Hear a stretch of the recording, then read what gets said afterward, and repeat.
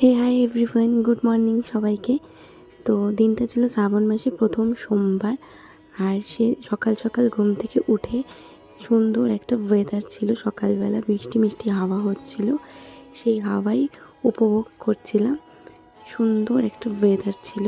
তো এই হাওয়া উপভোগ করতে করতেই ঠাকুর চলে আসে। আর দেখো শিব ঠাকুরের মাথার চুলগুলো কি সুন্দর ফুরফুর করে উঠছে, দেখতেও কত ভালো লাগছে।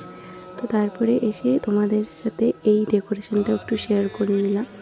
ভীষণ সুন্দর সাজানো হয়েছিল উপরে।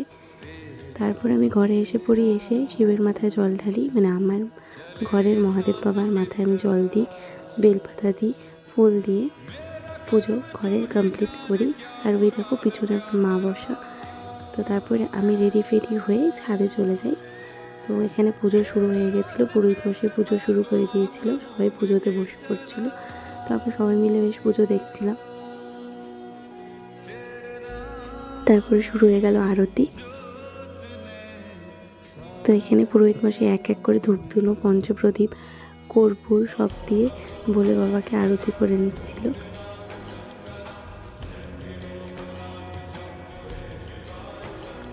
তারপরে আরতির পরে শুরু হয় যজ্ঞ। আর এই যজ্ঞের যখন আগুন জ্বলে আমার ভীষণ ভালো লাগে দেখতে, ভীষণ সুন্দর লাগে। আর তারপরে যজ্ঞ শেষ করে শুরু হয়ে যায় আমাদের অঞ্জলি।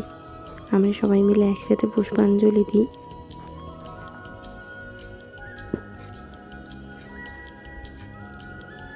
আর পুষ্পাঞ্জলি দেওয়ার পরে চরণামৃত খেয়ে, প্রসাদ খেয়ে, উপোস ভেঙে আমি ঘরে এসে এই ঢং করতে থাকি।